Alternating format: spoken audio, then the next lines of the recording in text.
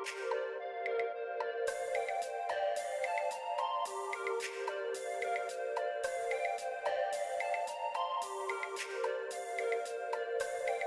Viewers, আসসালামু আলাইকুম রহমতুল্লাহ। আজকে আমরা চলে এসেছি ঢাকা থেকে 25 কিলোমিটার পূর্বে অবস্থিত নারায়ণগঞ্জ জেলার ঐতিহ্যবাহী সোনারগাঁ জাদুঘর পরিদর্শনে।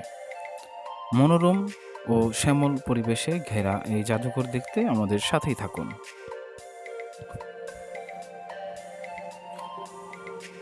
ঢুকতেই চোখে পড়বে জয়নুল আবেদিন স্যারের সেই ঐতিহ্যবাহী গরুর গাড়ির ভাস্কর্য। এটি হচ্ছে সেই সর্দার বাড়ি। আমরা এখন সর্দার বাড়ির ভেতরে প্রবেশ করব। এটি প্রায় 600 বছরের পুরানো ঐতিহ্যবাহী একটি পুরানো নিদর্শন। এতে রয়েছে 85টি কক্ষ।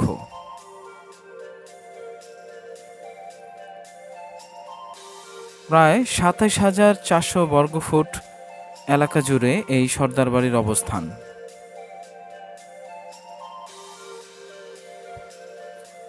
32টি শোকেজে সাজানো রয়েছে সর্দার বাড়ির ভেতরে সে সময়কার কিছু পুরানো ঐতিহ্য। চলুন ঘুরে দেখা যাক এই বাড়িটি।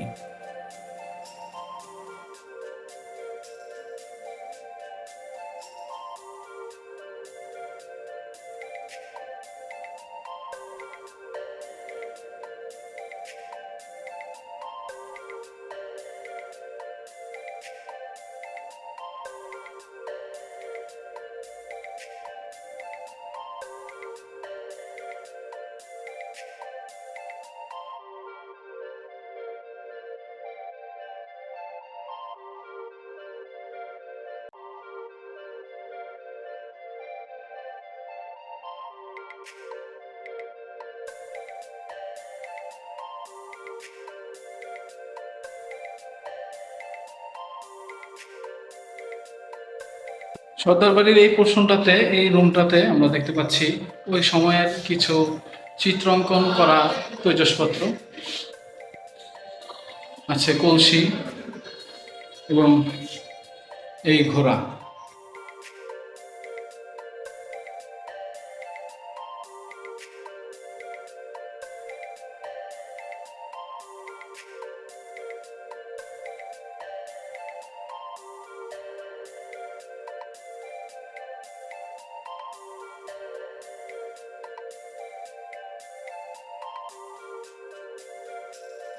নিদর্শন দেখা শেষে আমরা জমিদার বাড়ির শুরুতে যে পুকুর ঘাট আপনারা দেখেছিলেন তা দেখতে চলে এলাম।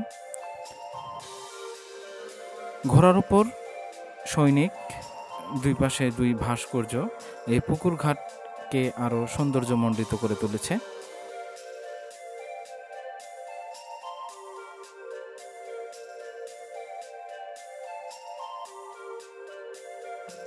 সর্দার বাড়ি দেখা শেষে আমরা চলে এলাম সোনারগাঁয়ের লোকশিল্প জাদুঘরে।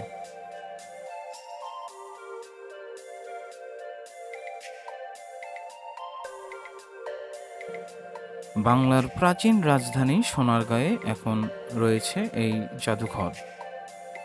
এই জাদুঘরে দর্শনার্থীরা দেখতে পারবেন বাংলার প্রাচীন সুলতানদের ব্যবহৃত অস্ত্র শস্ত্র, তৈজসপত্র, পোশাক, বর্ম, অলংকার ইত্যাদি। বাংলার প্রাচীন ও মধ্যযুগের লোকশিল্পের অনেক নিদর্শন রয়েছে এখানে। রয়েছে বাংলার প্রাচীন মুদ্রাও। চলুন ঘুরে দেখা যাক এই জাদুঘরটি।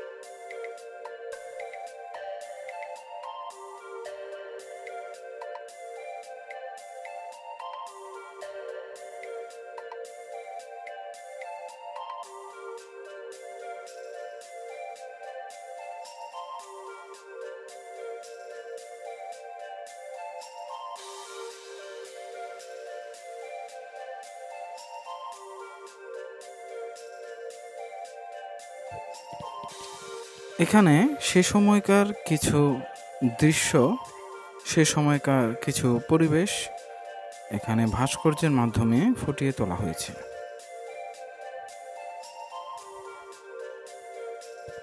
এটি হলো সেই সময়কার সিন্দুক, কাঠের বড় সিন্দুক।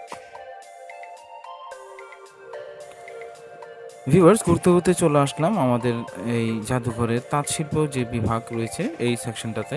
এখানে ঢুকতেই চোখে পড়লো সেই সময়ের তাঁত শিল্পের যে পরিবেশ, এটা ভাস্কর্যের মাধ্যমে এখানে ফুটিয়ে তোলা হয়েছে।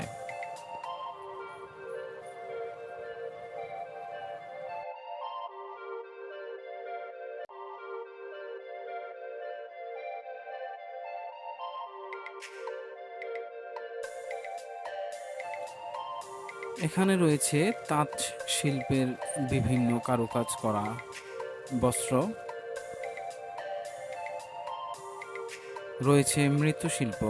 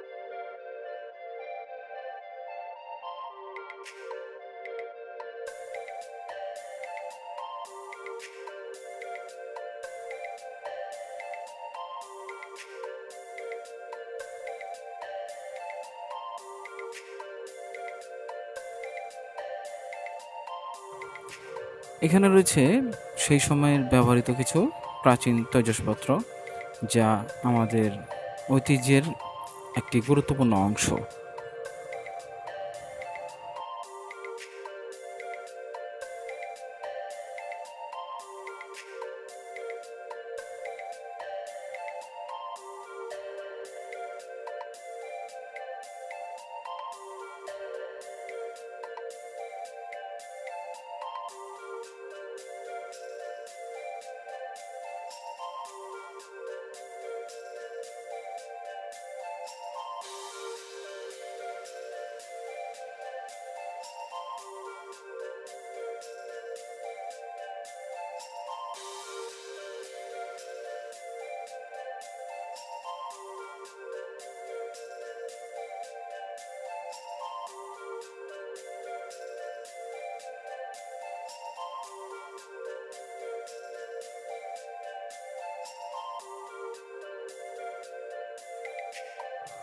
প্রাচীন বাদ্যযন্ত্রগুলোর মধ্যে এই বাদ্যযন্ত্রগুলো ছিল বেশ নামকরা সে সময়কার।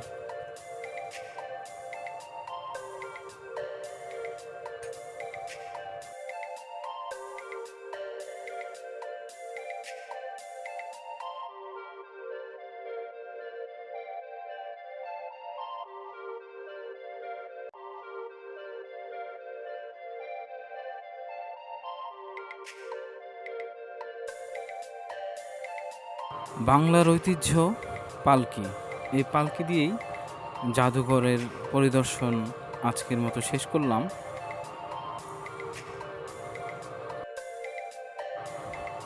আমরা বের হয়ে পড়লাম জাদুঘরের মূল ফটক থেকে।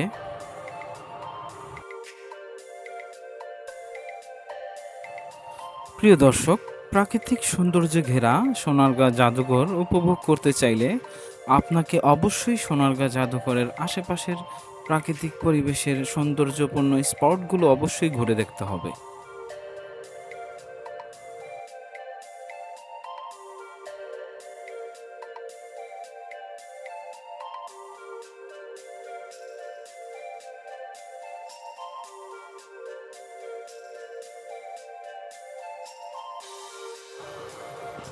আমরা এখন কারুপল্লীতে প্রবেশ করলাম।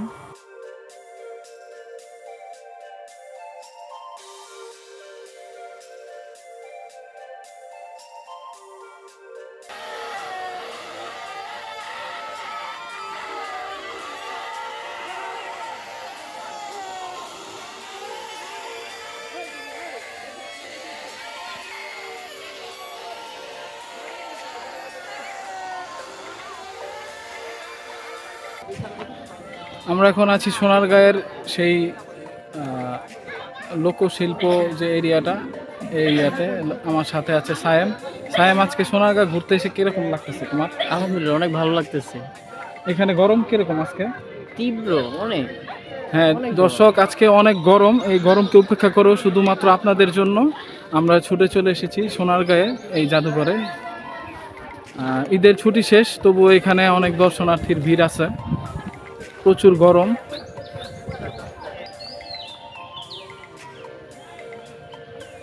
প্রচুর গরমে সোনারগাঁ এরিয়া ঘুরে দেখছি।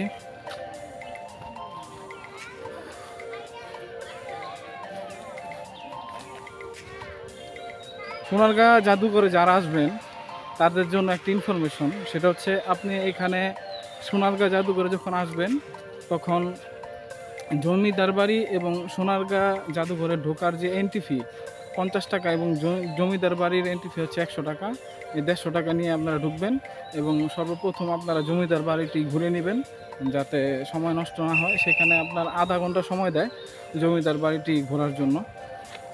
জমিদার বাড়িটি ঘোরা শেষে তারপর আপনারা বাইরে এই প্রাকৃতিক পরিবেশে ঘুরবেন। আমরা এখন যেখানে আছি এর চারপাশে হচ্ছে দোকান।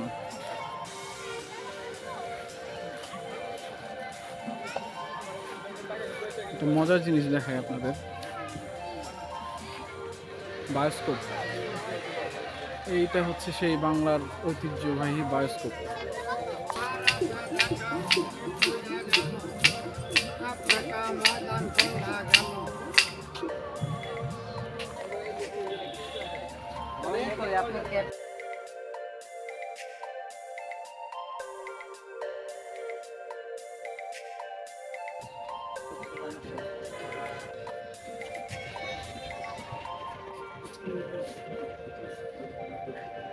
সালাম আলাইকুম বাজান, এটা কি সব কি আপনার বানানো নাকি? আপনি নিজে এগুলো বানান না? কিরকম বেচা কিনা হয়? যাক আল্লাহ করেছে।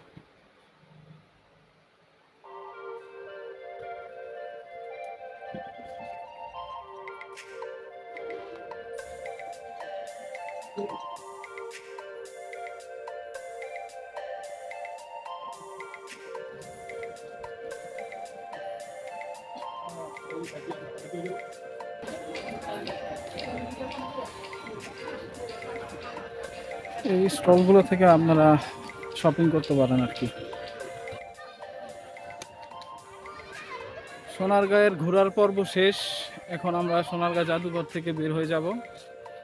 আমাদের নেক্সট গন্তব্য পানাম সিটি। আপনারা যারা যারা সোনারগাঁ আসবেন অবশ্যই পানাম সিটিতে যাবেন, আপনাদের সবার ভালো লাগবে। তো সোনারগাঁ জাদুঘর থেকে টিএন ব্লগের আজকের এই ব্লগ শেষ। সবাইকে পরবর্তী ব্লগ দেখার আমন্ত্রণ জানিয়ে শেষ করছি। আসসালামু আলাইকুম রহমতুল্লাহ। ভালো লাগলে অবশ্যই আমাদের চ্যানেলটিকে সাবস্ক্রাইব এবং শেয়ার করবেন। আসসালামু আলাইকুম।